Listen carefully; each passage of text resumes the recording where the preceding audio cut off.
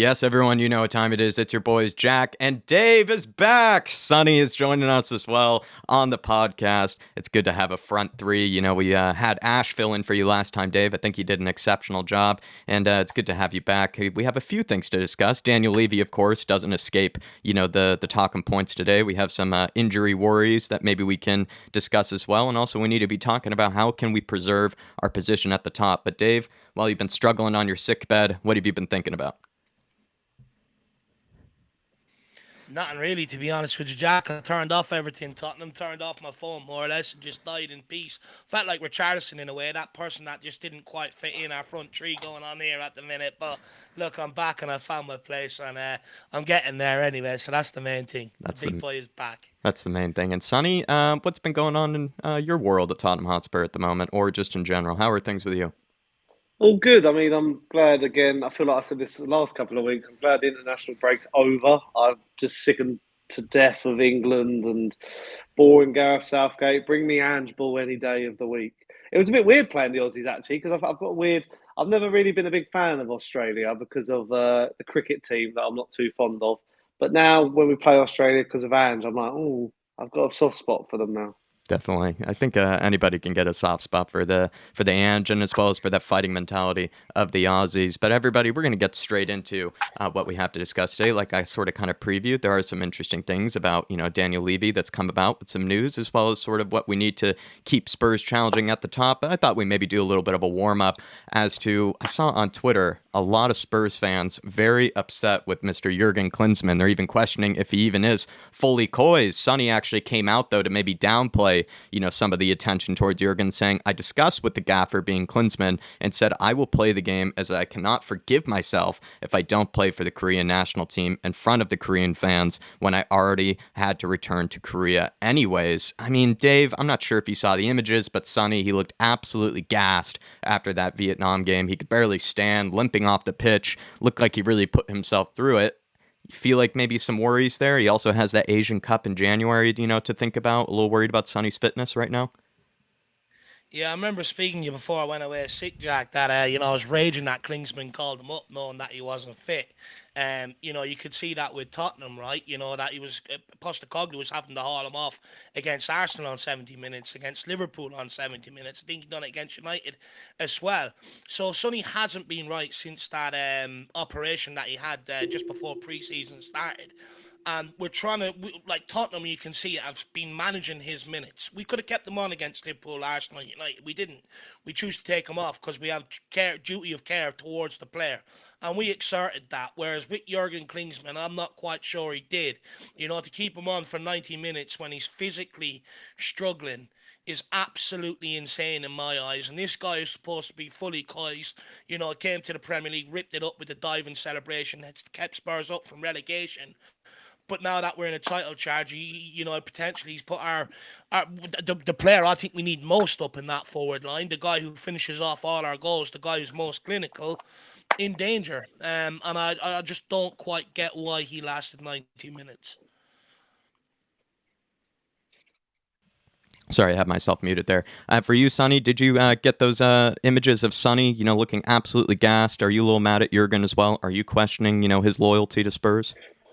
I mean, it was a bit annoying considering it was a friendly, but Son has shown even through injury he can pop up with a goal and an assist. He's done it as well for Tottenham this season when he's not been fully fit. But I don't really want to question Klinsmann too much. I still think he is a Spurs legend. He, as Dave said, kept us up from relegation many years ago. It's just a bit of a weird situation because you know with this team, with this especially strong starting lineup we have now, we're looking at all these players who are now getting called up, like Destiny Udogie. Mm-hmm. Vicario's on the cusp of maybe starting for Italy one day as well.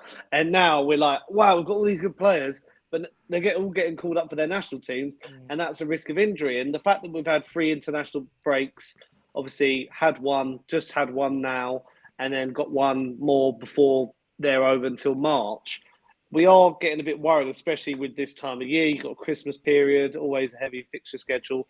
So it is a bit annoying, especially when, we've got a few names. I'm thinking, as we've said, Sonny, Romero, Madison's a bit of an injury. Like, Mm-hmm.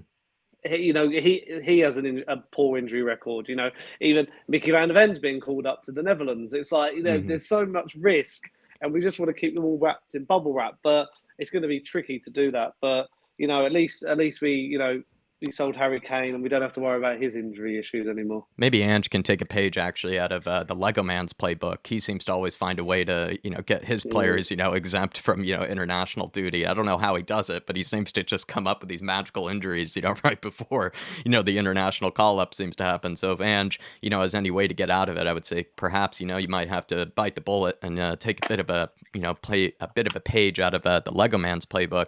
I'm not really questioning whether Jurgen is really fully coys. I actually am more just questioning him as really a manager in general. I've never really found him to be a great manager. He wasn't really all that great. I think for the U.S. men's national team, wasn't really probably one of the worst managers I've ever seen at Air to Berlin. And believe me, there were plenty of bad ones, at my time as a small fan of them. And then I feel like he's just a guy that, is going to want his best players. He wants to have his best ever players fit and he wants them to work with each other. I think him and Wang Hee-chan, are kind of developing a bit of a decent relationship. So maybe Jurgen is just sadly thinking of it selfishly, in his sort of position as the Korean national team manager. And I don't really blame him, but what I do blame him for is just keeping him on for the whole 90 minutes. That did seem a bit unnecessary. I mean, you're 5-0 up against Vietnam, who I actually thought maybe would have posed a better test. So I've heard they've actually kind of been improving year after year. So I actually didn't, again, wasn't all that mad with Jurgen for calling him up, but keeping him on for the whole 90 minutes seemed a bit worrisome. Romero, apparently, he was taken off though at halftime with like a sore ankle of some kind, but he should be good for the Fulham game. At least he sort of backed himself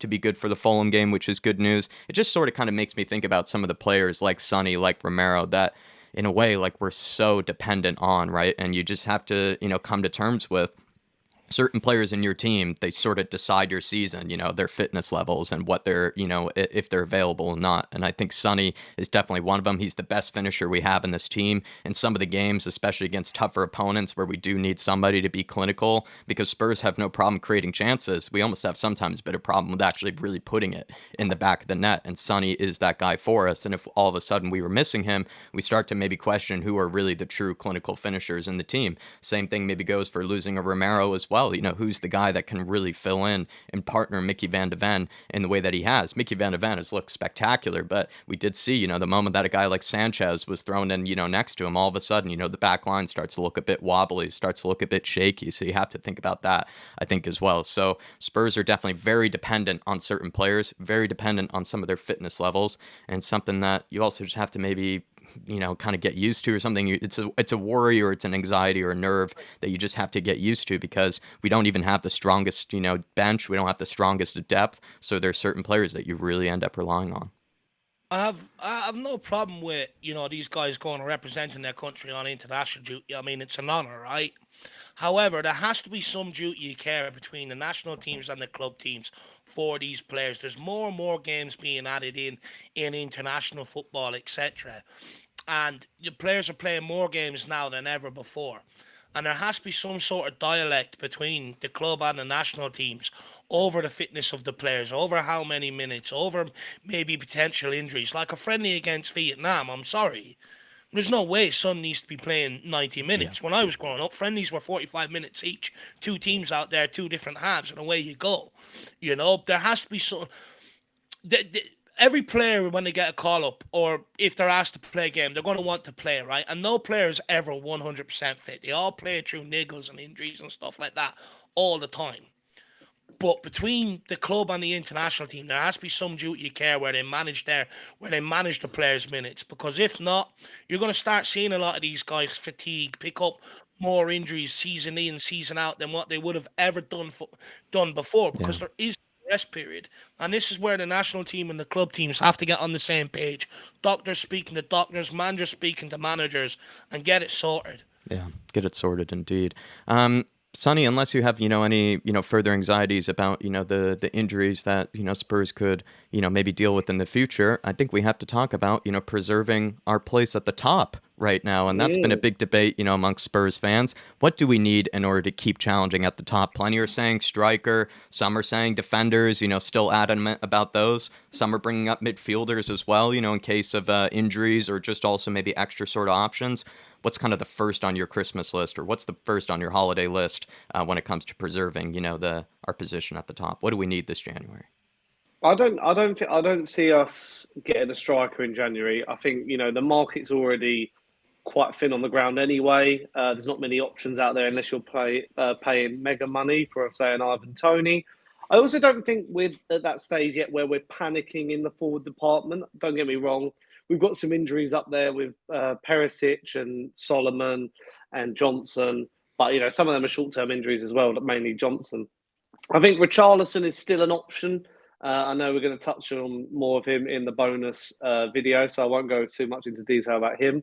But we've got Son, we've got Kulusevski, who are working quite well together. Maddison can play on the wing as well. We've got Bentancur coming back from injury to help in that midfield department. So a lot of these players are versatile enough. So I don't see us getting. I don't really see a midfielder. I don't think I see a striker in January. Maybe a defender, but then again, I'm starting to wonder. Like, I've not seen many rumours for Tottenham. The only rumour I've seen is Jota from Al Ittihad, because he apparently hasn't had a good time out there. Which I'd take him. I think he's a good option out on that wing, especially with Perisic now supposedly leaving to Hajduk Split. So it's a bit of a weird one when it comes to transfers with Spurs. I can't really put my finger on even like names in particular. Positions may be a bit easier. But I would say when it also comes in with that injury thing that we're talking about, the drop off now between our first team, our solid first team, who is now the same team week in, week out, there is a drop off between the two teams. We saw against Luton, Destiny goes off, we bring on Ben Davis. Basuma goes off with a red card, we bring on Højbjerg. There's a big drop off between these players. Because they're just not offering the same skill set of what Ange really wants. And the reason they're still at the club is because we need the bodies and the homegrown quota for some of these as well. Yeah. And then also we, haven't replaced them and couldn't get rid of them. So there is a big process to still go on Spurs. I don't think our transfers are going to be done overnight with Ange at the helm. That's why we've had to bring in obviously Johan Lang and different scouts and stuff like that. So I think in January, I think a defender is probably the priority, because as much as I think the likes of Dorrington and Phillips are good, I still think they're ones for the future. And say we had to chuck them in like a must-win game, you still have that sort of, there's a thing in the back of your head where you're like I'm not sure, especially with Eric Dyer. Doesn't seem like he's going to get any minutes anytime soon. And it's scary to even think of Eric Dyer being that close in contention, right? It's a choice between Eric Dyer or Phillips or Dorrington, and that does give you some worry, because it's either you're going with the risk of, the guys for the future, and it's asking a lot of them, and especially if there were to be an injury to, come in, it puts a lot of pressure on them, all that kind of thing. And, you hope that they can perform because they're so talented, and eventually they will be asked, to make that step up. But in this sort of scenario, in this sort of context, it is asking a lot, I think, of these guys. And Eric Dyer, we just know, at least I think Dave and I have, been pretty adamant for a long time. We know what we're getting. We know it's not going to be good enough, and probably will lead actually to drop points and won't be good enough to really preserve our position at the top. So Dave, probably, I think we'll agree with each other here. I'm not as keen on bringing in more goals this January. I don't think more goals is what Spurs are going to need. It's actually, once again, keeping goals out of the net, keeping clean sheets. And how do we do that? We need better depth. So Lloyd Kelly, maybe other sort of defenders that we know might be good enough or proven enough. We should be looking at this this January. Another thing that's tough about January too, quickly, Dave, is you don't always get the best of the options, right? It's not always the you're not going to get a Van Dijk level center back or a Gavardio level center back in January. You might have to look towards some sort of fringe players, Unless you pay. yeah, ones who are not even playing, or ones that just, I don't know, like are not really the household names. It's hard to always make real quality signings too in January.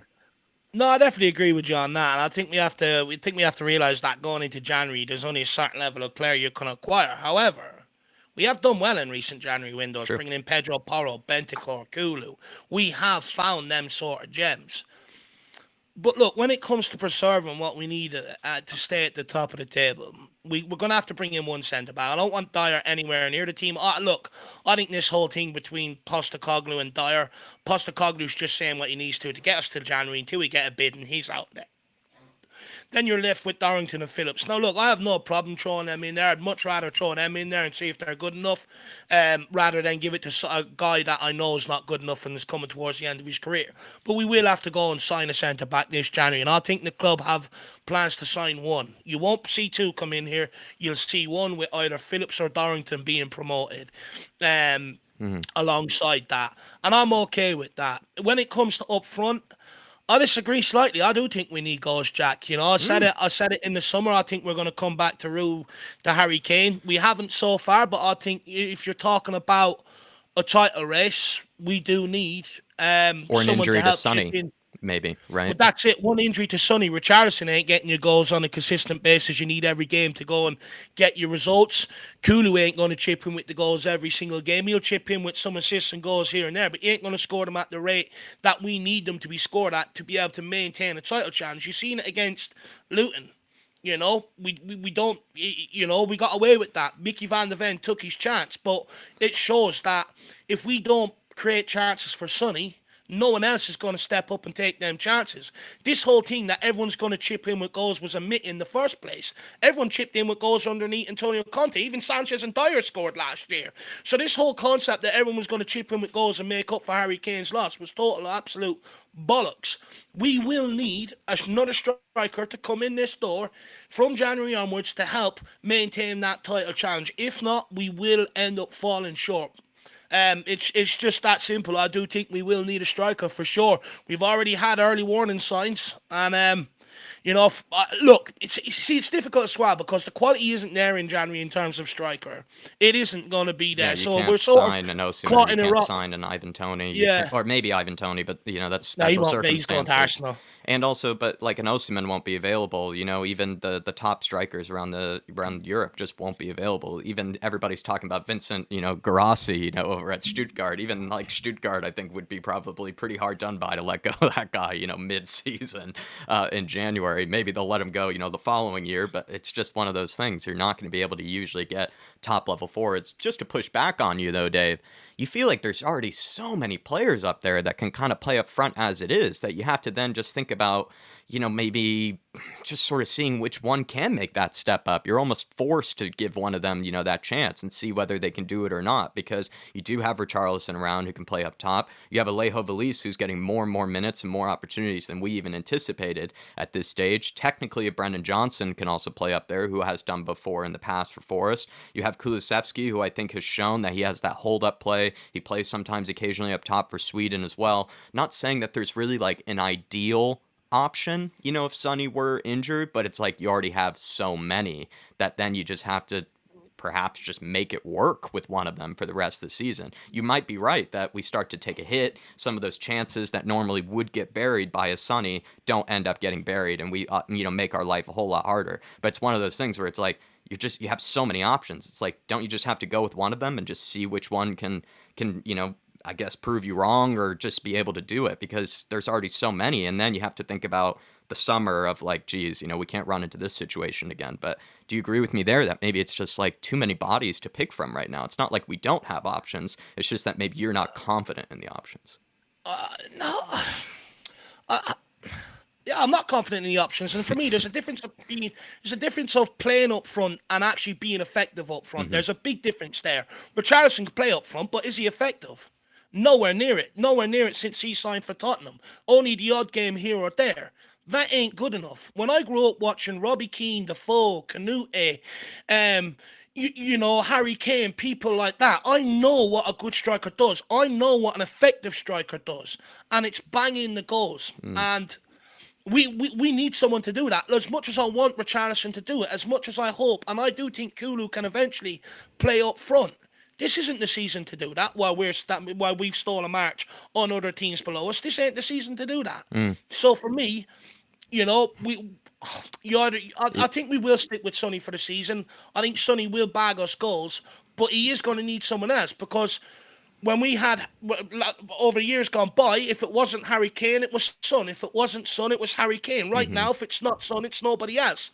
So we do need somebody else to come in and help, fill Hmm. that gap, fill that void.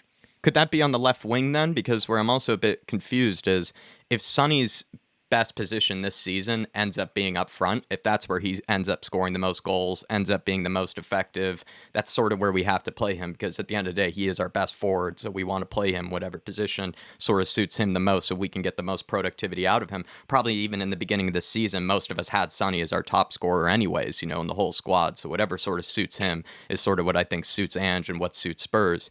That means, though, there will be either a striker position or a left wing position that is left, kind of up for contention, that is left up for competition. And you think that that sort of position then needs to be filled with goals, needs to be filled with a guy that can actually produce on sort of the front. Sonny, do you feel like if you're in Dave's camp or you're just a little bit worried, where do you see, that kind of forward coming from? Is it going to be more of a winger or is it going to be a striker? Or are we just going to have to expect a Brennan Johnson or a Brian Hill or somebody to really step up? I see what Dave means. Like there is a worry that the goals could dry up, and we are over reliant on certain players who we're saying about Son's injuries. Like it could, we could lose him to a severe injury if it carries on. I think the forward's got to be versatile enough. I mean, there are still players with some question marks, not in a negative way, but like could Valise maybe hit like a few goals for us in places?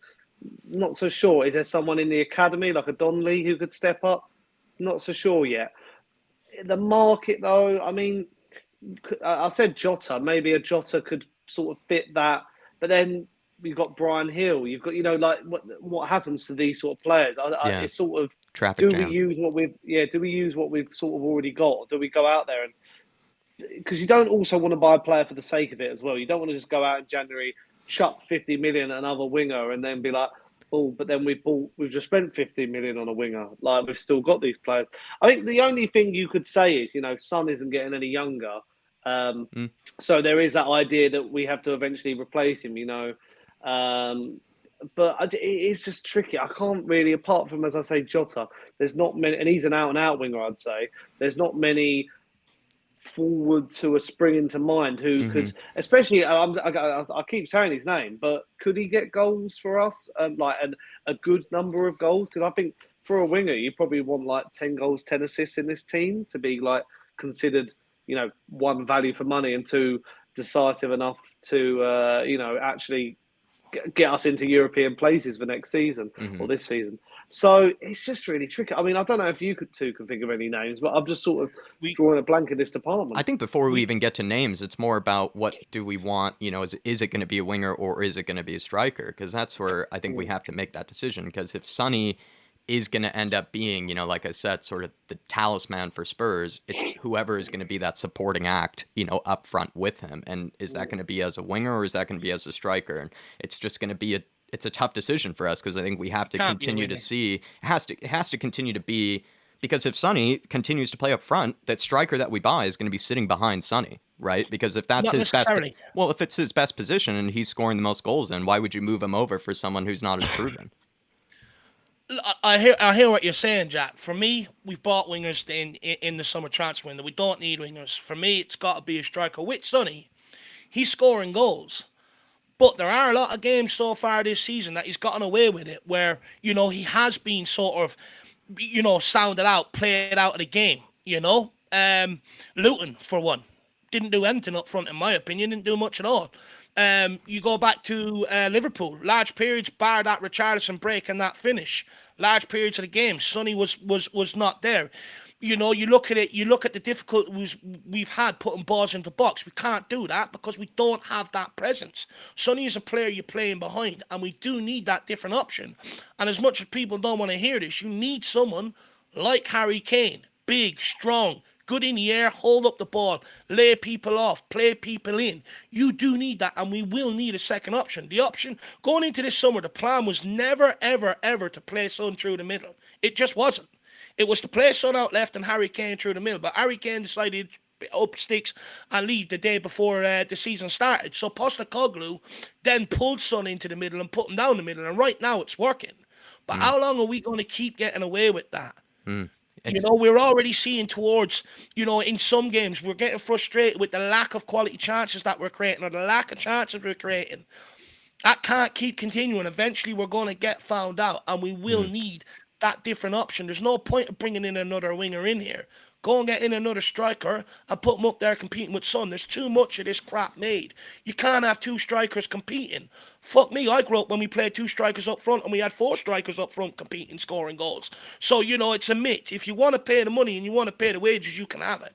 I just think we have to almost play to the best of our sort of player strengths that are our best players in that front line. And I think at the moment Sonny is in fit and firing form. It might be in certain games that he probably is better suited on the left wing, depending on the opponent, depending on how they set up and everything. But it is kind of most about getting him in positions to score because he is ultimately going to be the most clinical player. I'm almost convinced that whatever player we even bring in, if it is a striker in January, still won't be as clinical as he is when in those kind of moments to score. It's just because of the level of players that we have to pick from in January. So it's almost like right now, if we want a physical presence that can be that guy to use in those games against Luton, in those games against a low block, like maybe in a Fulham, coming up against Monday, I feel like it's just for this season. Might just have to either give that chance to one of the three guys that could be that physical presence up top. That could be a Richarlison, who plenty have already given up on. Don't blame you for giving up on him, but he is that physical presence that could offer something different. And an Alejo Valise, and again, not proven, and probably won't actually get you the goals and the assists that you really probably do need to, again, answer the original question of, staying at the top, preserving your position at the top, but they do offer that sort of physical presence up there. And so it's Yeah. just, that's where I'm a bit tossed, where it's like, in the summer, yes, go after a big number 9 to Yeah. challenge with Sonny. But it's like this January, it's like, can we even get the ideal candidate, to really do that? I'm not so sure he would be available. My other thing, just quickly, I also want to mention left back because Udogi Ah, is absolutely sensational. There's nobody in this team that is going to be nearly as good as him at that left back position. But you can't risk such a huge drop off in quality and such a huge drop off in levels that we end up again,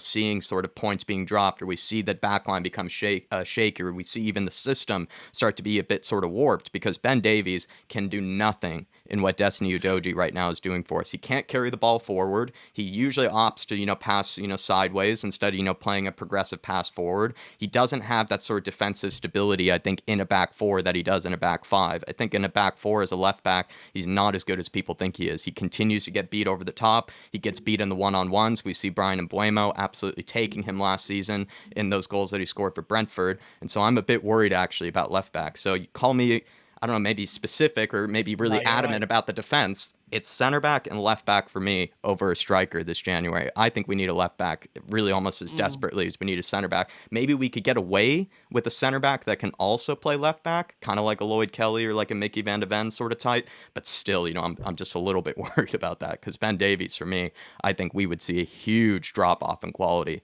if he had to fill in for Destiny Udogie. I just don't think he's good enough even to be in the Sanch system. And I know that's pretty harsh on Mr. Davies, but it's just how I feel. I think he's one of those players where the drop off in quality would be too severe. But is it a hard sell to say, oh, we want to sign you as a left back, but you're competing with a 20-year-old Italian who is like at top of his game? Like, surely, I'm not sure how many players. I mean, don't get me wrong, we are coming from a good advantage point of being like a big club, but I'm just trying to think of who the player is to then have to play second fiddle. I Mm. mean, maybe it would provide a good competition. We are a club who at one point, Dave mentioned four strikers. We had four amazing fullbacks. Like, so there is that sort of world where, but I just think football nowadays, it's so hard to keep players happy in squads and keep them all wanting to play, and especially now this team looks quite set in its way.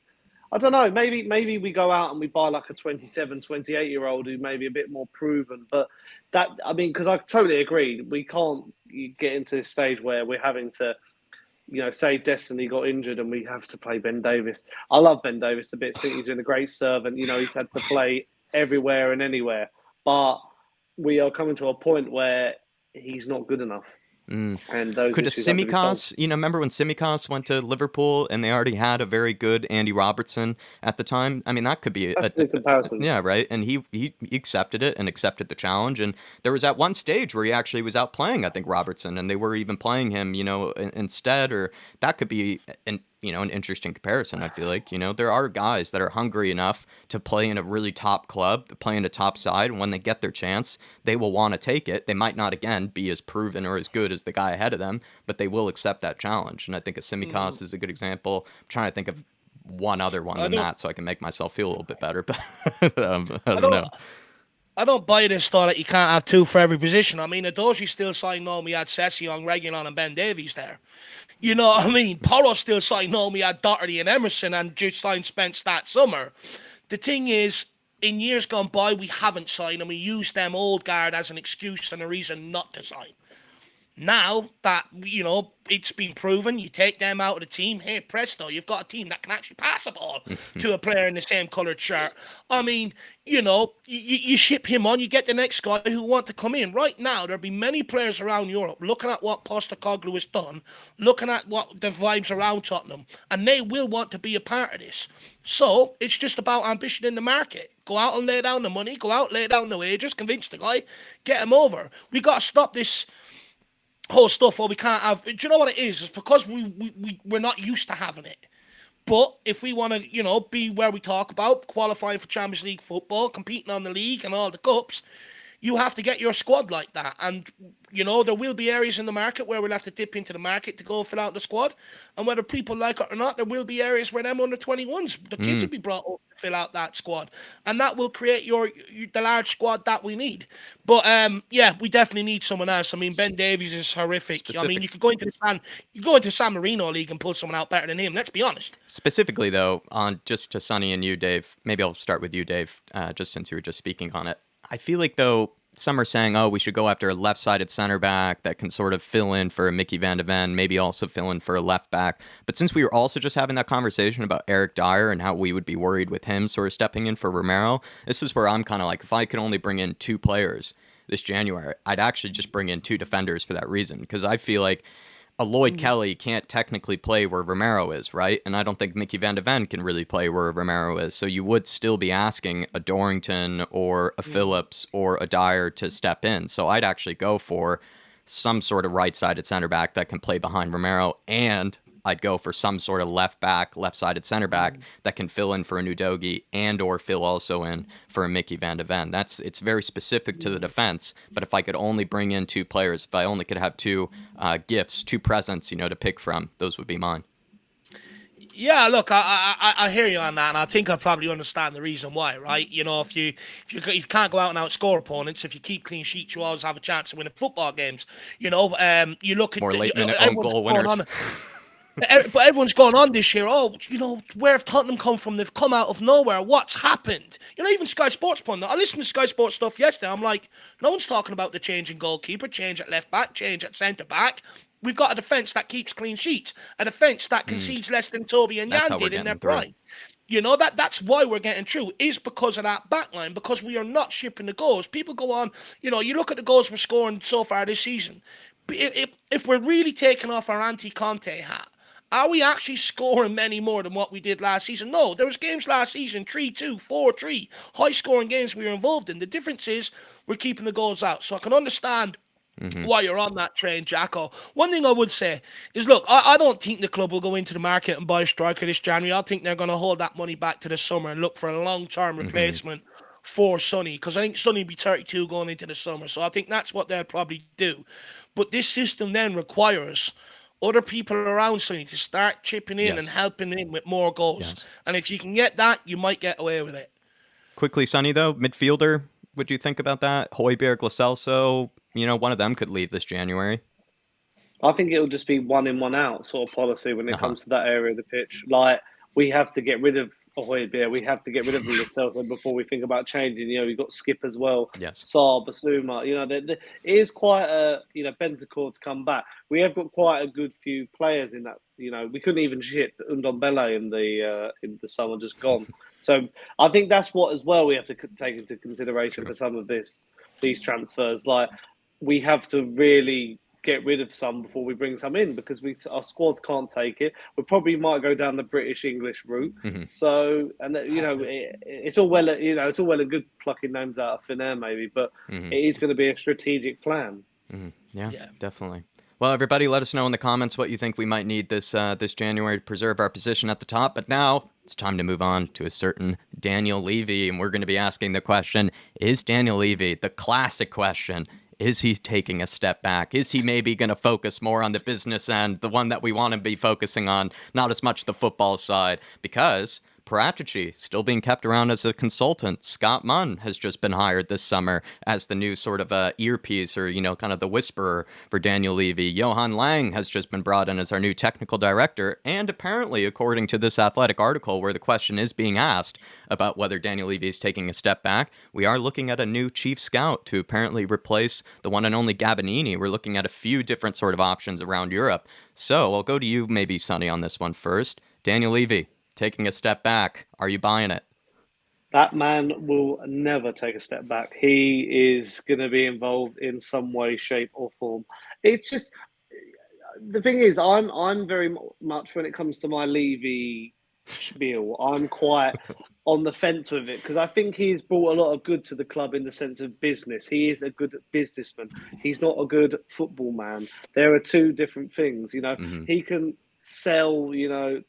Sell ice to the Eskimos. He is got so many good deals. He got this stadium. He got this training ground. It's all well and good, but same guy who didn't put his hand in his pocket for a calendar year. We didn't sign anyone, and the fact that that is a thing is just mind-boggling. Every time I think about it, I was like, was that just a career mode I played on FIFA one year? No, it actually happened at Tottenham Hotspur Football Club, and I can't believe it.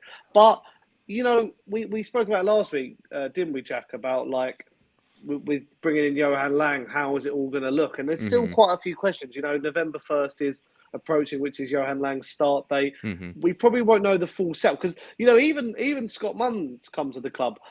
I'm not really sure what he's doing. I'm not really sure. Like all these terms and sporting director, technical director, So many roles. they're quite jargony. I'm not really sure what they'll all do day to day, but you need that sort of mainframe and system in a club. You look at City, you look at even Arsenal now, like the Mm-hmm. whole setup with Edu and how he works with Arteta. That's probably what we need. There's a reason probably we've got an Aussie manager and Scott Munn's an Aussie as well. There's just that sort of connection possibly. But that's the same with Arsenal. Arsenal brought in Edu and Arteta, who have that sort of Mm-hmm. Arsenal DNA. I don't, it pains me to talk about it this way, but I have to salute when something's working out. And that's probably what we're trying to do. We are literally looking at them and going, well, we need our own version of that. And that's this. And it's plucking out, some of the best footballing minds in the current game. And Johan Lang is probably one of them. We're looking at this chief scout. Mm-hmm. That's probably the direction we're going in, to be more strategic, to maybe go in with these stat-based signings as well. So I don't think Levy will be involved always to an extent. Even we were talking, weren't we, last week about how he's still involved in a lot of the English transfer negotiations with clubs, and he is still the face, isn't he? Maybe it's also a bit confusing with the whole Joe Lewis situation since all that happened. Like, well, who is heading up the ship, sort of thing. Mm-hmm. So, in simple, no, You don't believe it? Yeah. I don't believe it, but he's probably still good to have around. He's like your weird relative. They're good to have there at Christmas. They're good to have there at Christmas, but you're glad when they go home sometimes. You definitely will get sick of them, though, at some stage. Yeah. Dave, I mean, it's the classic question. Will Levy take a step back? This time it feels more believable than ever because, like I brought up, Paratici, Scott Munn, Johan Lang. You also have, I think, a guy named Paul Lowe, who's like now the lead sort of academy recruitment. You got Nick Bennett and Scolding that were brought in as well by Paratici. You have all these cooks in the kitchen. So many cooks in the kitchen. Can Daniel Levy find even a word? How can he even get a word in with all these guys that are around, sort of the recruitment department? He must be taking a step back. Do you know what, Jack? I don't think it's as much as taking a step back because he's chairman, right? A chairman, everything that happens at the club is always going to be Under from his the chairman's watch. directive. Yeah. 100%. Let's not get that mixed up. I don't think he's taking a step back. He's just hired the right people and he's getting the right results out of them. So, which means eventually, if they stay around, he can take a step back because he trusts him. He doesn't have to look over everything. So I don't think it's more so just taking a step back. I think it's more so actually having the right people in the right places Mm. doing the right things. Paratici coming into this club has been wonders. Me and Sean had a conversation a while ago that when we got to the Champions League final, we moved into the new stadium. As a club, we had all the right things in place in terms of infrastructure and stuff. But what we didn't have is the right things in place behind the scenes to be able to sustain it, i.e., recruitment, i.e., scouting network, people like that, right? You heard Paratici when he came in here. And if you go and look what Paratici has built, he's built all the stuff behind the scenes for us to be able to maintain this. We now have a scouting model that we work off for us to be able to maintain this. So I don't think it's more so taking a step back. I think we're now coming out the right end of the stadium build and stuff like that Mm. with the right people in place, with a vision and a direction, which means we can take that and hopefully run with it. Under Pochettino, we had similar, only that we didn't have the right things in place behind the scenes. Now we do. So I think that's the biggest thing for me. I don't think it's so much of taking a step back because, like I said, a chairman will always have the final say, whether we like it or not. A player's wages, players signing on fee, players, the money for the players, the people that you're hiring, whether you say yeah or no, he's always going to have his final say. Mm. Always. Let's not get that mistaken. He can never, ever fully 100% ever take a step back because if he does, that's where everyone else then starts doing what they want in and around the club, and that's where problems come. So he'll always have to be on it. But it's just about having the right people in place, yielding the right results, and that will always be proven on the football pitch. Mm. It feels like, though, with this many cooks in the kitchen, surely if I were to, maybe I'll push you a little bit, Dave, here. Do you feel like Daniel Levy might be less reluctant to sign the checks now that he's had so many guys come? He has so many guys that he's brought in. Like you say, he probably trusts a lot of these guys. He thinks that they are the right, hirings. He thinks they are the right recruitment team.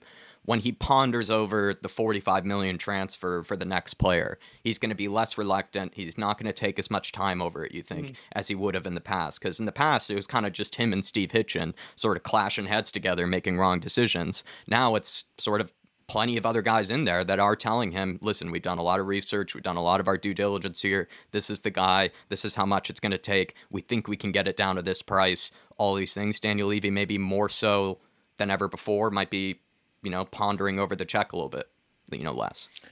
Uh, I don't know. Look, part of me, like, you hear how he talks about negotiations and he loves them, right? He sees it as like an art of war almost, sort of, and he always wants to win.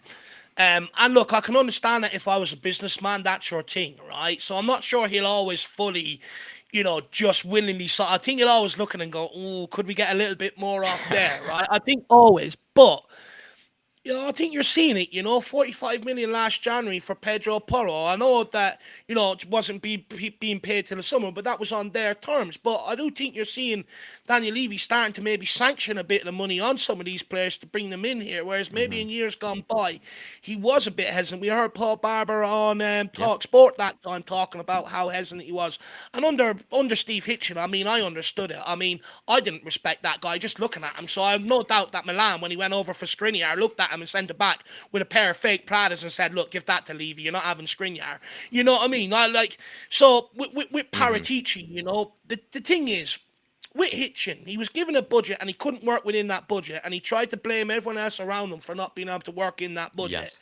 When Paratici came in here, Paratici also had a budget, but he was able to deliver within that budget. Okay, well, we don't have the money for Romero right now, but we'll pay you next year. We don't have the money for Kulu right now, but we'll pay you when we do. How many times have we seen them sort of deals? And that's the difference, having a guy that knows how to work within a budget. Not even that, though. I think what Daniel Levy liked most about Paratici is that he sort of also seems to be a bit of a guy for the negotiation. Paratici has his black book, on all these clubs, maybe he's dangling over some stuff over them, but he has this sort of art of the negotiation as well inside of him. He doesn't, just take the initial bid. He seems to really push clubs. He seems to really try to get the best deal out as well. And I'm starting to think that in the past, Daniel Levy gave people like Hitchin, gave whoever he had, sort of part of the recruitment, and it's part of, the team in the past. I think he trusted them, but then slowly over time, with the amount of money he was spending, whether you think he should have been spending more money or not, I don't think is, really. 300 million is quite enough under But Hitchin, I no? don't even. It doesn't even matter, right? Because it's like at the end of the day, Steve Hitchin had mostly misses, very few hits, mostly misses with the amount of money that he spent. So why would Daniel Levy really continue to trust this guy? He's eventually going to not trust him, and he's eventually going to be reluctant to spend more. So then he That's brought why in a guy like Paratici made him T-boy. Paratici, brought in this guy Scott Munn, brought in Johan Lang. These could be guys that Daniel Levy is giving trust to. And if he's giving trust to these guys that they are going to actually bring in the right players that can improve the team, I'm going to put myself out on a limb here. I think Daniel Levy will be less reluctant to, sign those checks. Because in the past, you were right. If Steve Hitchin came to him with a 50 million pound center back, he would say, I don't know if I really trust you, Steve, because the last two center backs you brought me were Joe Rodon and Davinson Sanchez. So, maybe I might actually go after, a different guy instead. Whereas Paratici or Johan Lang can go up to Daniel Levy and say, look at my track record. Look at the due diligence we've done here. Look at the data and modeling, right? Now we have so much more statistics, so much more data-led sort of scouting and everything that Daniel Levy also seems to be a bit of a fan of. I think he's going to be less reluctant then to sign those checks because he knows that the hit rate is stronger right now, and he knows that there are a lot of smart cooks in the kitchen.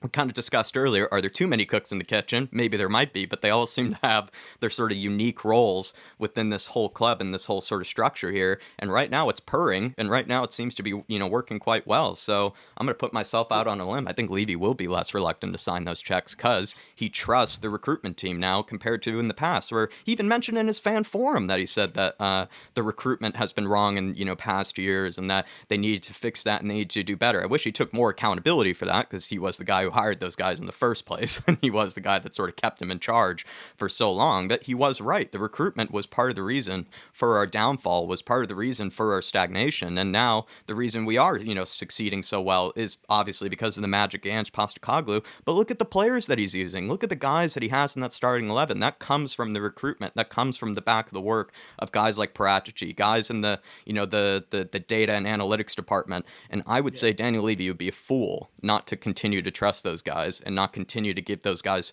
more sort of leverage, more sort of, say in the club. And if they continue to prove him right, or if they continue to, do the right things, he should trust them and, have no problem signing those checks.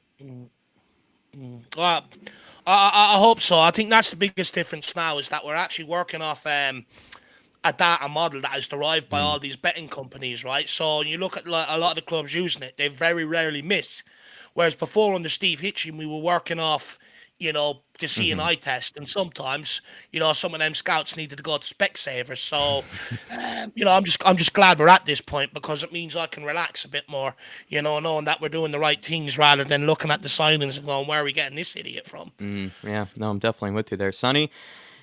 Any sort of kind of other thoughts there on sort of the, Daniel Levy and, whether he, should give more trust to a Paratici? Should he start to, lessen his grip, on sort of the transfers? I think, the names we mentioned in have proven themselves. He wouldn't be brought in someone like Johan Lang if he didn't want to, change his ways slightly. We even saw this summer it was a bit of a different approach, and we're heading towards that sort of approach. So, yeah, I think it's going to be interesting. It's just one of those proof in the pudding sort of tests. We're all assuming at the moment, aren't we? But we will not know until probably this time next year how it all goes with another couple of windows under our belts. Yeah. Do you know what I will say though, just quickly on that, is I do think you're seeing a lot. I think you're seeing results being yielded a lot sooner than what we were under Steve Hitchin's recruitment. Under Steve Hitchin, you weren't seeing that. You're bringing in players to take out the old guys, and you're looking at them, you're like, they're just as bad. You're looking at the guys that Paratici has brought in. They're a step above, not only in terms of quality, but also mentally as well. They've got it up there, and I think that's the biggest difference. We are seeing, that's why many Spurs fans are getting excited, because you're seeing the benefits of it. Many people say, "Oh, we're coming out of a painful rebuild." No, we're in a second rebuild. The first rebuild was under Steve Hitchin, and we just got absolutely horribly wrong. We're in our second rebuild, and the difference is the scouting. Look at even how the players have hit the ground running, though, in comparison to some of Hitchens' signings, right? Like a lot of Hitchens' signings, like even if they ended up being a bit more neutral, sort of like in how they were at Spurs, most of them took a long time usually to settle in, or took a long time to Oh, really injury actually prone. start making impacts. Even people, Dave and I don't want to trigger you here, but Matt Doherty seems to continue to have a bit of a mixed sort of kind of reputation, I think, among Spurs fans. But it took him forever to start actually having any sort of good games, in a row at the club. Whereas I look at most of Paratici signings, I mean, they all have kind of hit the ground running in some sense. Maybe only a couple, like Brian Hill, you would say, are still kind of waiting to, sort of prove, that what they're capable of. But majority of them, sort of hit the ground straight away and showed what they're capable of. And that's also been a major difference. And a lot of that has to do with mentality, but I think a lot of it just had to do with the fact that they were automatically better than the guy that they were filling in for. They all automatically were going to replace him when given that chance. And that's what's been, I think a huge bonus as well. It's just the fact that it's kind of just been no contest between, the guys that Paratici has brought in to replace, the current establishment and the current setup. Maybe just to push, a question, and then we'll kind of start wrapping up, this podcast, because I do have a flight to catch, everybody. But is the magic of this season, I don't know how to phrase this question. It's been on my mind for a while. It's kind of the whole, like, what came first, the chicken or the egg? What came first, Paratici or the magic of Ange Postecoglou, Sonny? How much credit, for this season, for how good we are right now? Is it 70% Ange, 30% Paratici? Is it 50-50? What would you give it? I'll be honest. I will use the anecdote of, like, if you gave me the ingredients for a beef Wellington and you gave Gordon Ramsay the ingredients for a beef Wellington, I think I know who's going to bring the better beef Wellington. Mm, The ingredients are all there. It is all good. It's great quality. They were sourced by a very good Italian, you could say, but it does. You have to put it into practice with someone who knows what they're doing, Still got to know and how to I make a think beef Wellington. exactly like Ange has taken the players who were given to him and sort of crafted them into his own way. We're playing better attacking football. I know we were talking about goals earlier, but every metric in a positive attacking sense has gone up. Like, our passing's better. Told Like, you we even on had the Harry eye. Kane, eh? Yeah, I mean, like, the passing's better. Like, everything's better. The press, it's just all better, and that's because of Ange. And don't get me wrong, that isn't taking anything away from Paratici of what he did or gave us. But even like the players he did were at a certain level. Like, we look at Romero. We knew there was a player there, but still he was rash. He was, getting sent off every other week. So he needed someone to sort of, finesse him and sort of give him, like, Mm, the confidence to actually be a good enough defender. mm, And we're seeing literally another food pump proof in the pudding again. mm. Like, it is all working out now, and hopefully, keep Paratici around. Hopefully, you can find some more gems, and we can, really build up a really good network of scouts and advisors and transfer gurus. Mm. Dave, what came Look, first? it's a hard one to answer because I'm adamant. If Postecoglou still had to pick Davies, Dyer, and Lloris, forget about where we are this season. Forget about the Yes. football we're playing. But because we've upgraded, we're keeping clean sheets, we're able to play out from the back on a consistent basis, which is why all of our attacking metrics are so much more higher. Is because we're able to play through the final third rather than lump a long ball up to Harry Kane. Hopefully he can get it under control, or Kulu, and try and play off that. So look, I'm gonna go 60% down to the recruitment because the manager has to have the players, and we know this. I Yeah. think there's too much being made of Antonio Conte's style of management and stuff like that, and not enough being looking at the players that he had to pick from. Hmm. Whereas I think now that Ange Postecoglou's come in, he no longer has to pick from them just yet. Look at the difference, and when he did have to pick them, look what happened against Fulham. Where was all this attacking out from the back Yeah, you football? stole So my for point me, there. Dang, sorry, Jack, sorry. I So for thought I was me, about it to have a comes down banger to with that recruitment. point. I thought I was have a banger at that point because I agree with you that, like, Ange is bringing us the style of play that we all asked for and we all are wanting, and that's credit to Ange. Nobody else but Ange. That's thanks to him. But would it be as scintillating? Would it be as aesthetically pleasing? Would it actually be as effective with Lloris and Dyer and Davies and Sanchez and all the guys that the previous managers had to work with, the football would be different and the style of play would be slightly different, but would it be as effective as it is right now? I don't think it would be, and that is down to the players, and that is down to the recruitment, I think, of the past. Ange Postecoglou, it's almost like I give it a bit of a 50-50 because you as a manager, you do have your own style of play, you do have your own philosophy, and you can improve players. But to really be challenging at the top of the league, to really be challenging for European places, you have to have the right players. You have to have the right recruitment. You can't just, I mean, maybe if he had Dyer and Davies and Lloris, maybe he could get a better position than other managers might, or maybe he could, play a bit slightly more attractive football, but he's not going to be challenging at the very top. He just won't be. You will see games like Fulham where we all of a sudden don't look like, the progressive team. We look back, like to the Jose days, or, we look like some pretty, archaic football. So that could still return with those players, being thrown back into the team, regardless of what Ange is trying to tell them, because that's how I felt like with those players. Even if the manager is telling them to play forwards, telling them to play progressive, they don't seem to do it. They don't seem to want to, or they're not even capable of it. So a lot of it does go down to the players that you have to pick from. I think Ange is doing a much better job, don't get me wrong, with some of the players that he has to pick from than even Antonio Conte did. Look what he's getting out of, Pedro Porro. Look at what he's getting out of Romero. This is true. He's doing a lot better with these guys, but still,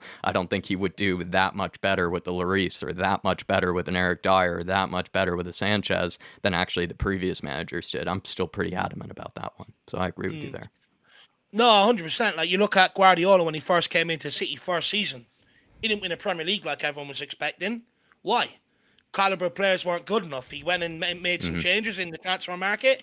Look what they went on to produce. So a manager is only as good as the players he's got to work with. A manager brings the philosophy. The manager brings the style of play. The manager brings the teachings on how to do it.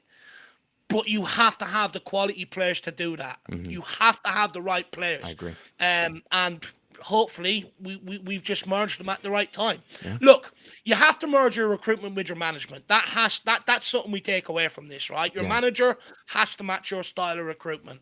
Absolutely. I think we're going to wrap up the podcast there. Thanks, Dave. It's good to have you back. Really good to have you back. Any final words? Any final words? No, do you know what? I was nervous getting back in the saddle, but you two boys made it easy, so thanks very much. And look, hopefully we can get back to winning ways now, Jack, or keep winning. Sorry, shall I say, keep winning. And Sonny Talk Spurs, thank you for joining us once again. Please give yourself a plug. And also, I believe you did a good comparison of a certain Mickey van de Ven with the rest of the Premier League. Tell us about that. Yeah, so obviously head over to the channel, subscribe. We're plugging on towards the 2,000 mark, hopefully soon. And yeah, I did a nice little video about Mickey van der Ven, saying, is he on the same level as your Gvardiol's, as your Salibas? Is he really world class? I personally think he is. But, if you want to hear more about what I think about Van der Ven, I've got a good Benton Core video as well. Go and watch that. Yeah, lots of good positive stuff at the moment on the channel because we're that good at the moment. Yeah. If you know, you know. When you see a guy, you just know. You don't even need to see multiple games. Sometimes you can just tell, by the quality of the player. But everybody, smash that like button, please, on your way out. Do head on over to Sonny Talk Spurs. He's doing a fantastic job collaborating with us and, keeping the content pumping over here. And do check out his own as well. Leave a comment down below if there's anything you want to see us discuss next time or anything that might have caught your eye. And also as well, all of you members, or if you are thinking about grabbing a membership, there is going to be a bonus section where we're going to be asking ourselves if 25 million euros came in this January for a certain Richarlison, would we take it? Would we move on from the big rich? That's going to be exclusive to you members only. 1 second, just before we end off, everyone please give Sonny a big up in the comments for doing this podcast with us every Wednesday. I really enjoy his contribution. And last but not least, a big up to Jack for keeping the channel going and taking over while your boy was bedbound. So massive respect to you for that one, Jacko. See you all on the next one. See you all on the next one. Bye, everybody. Bye-bye. Come on, you Spurs. Come on, you Spurs.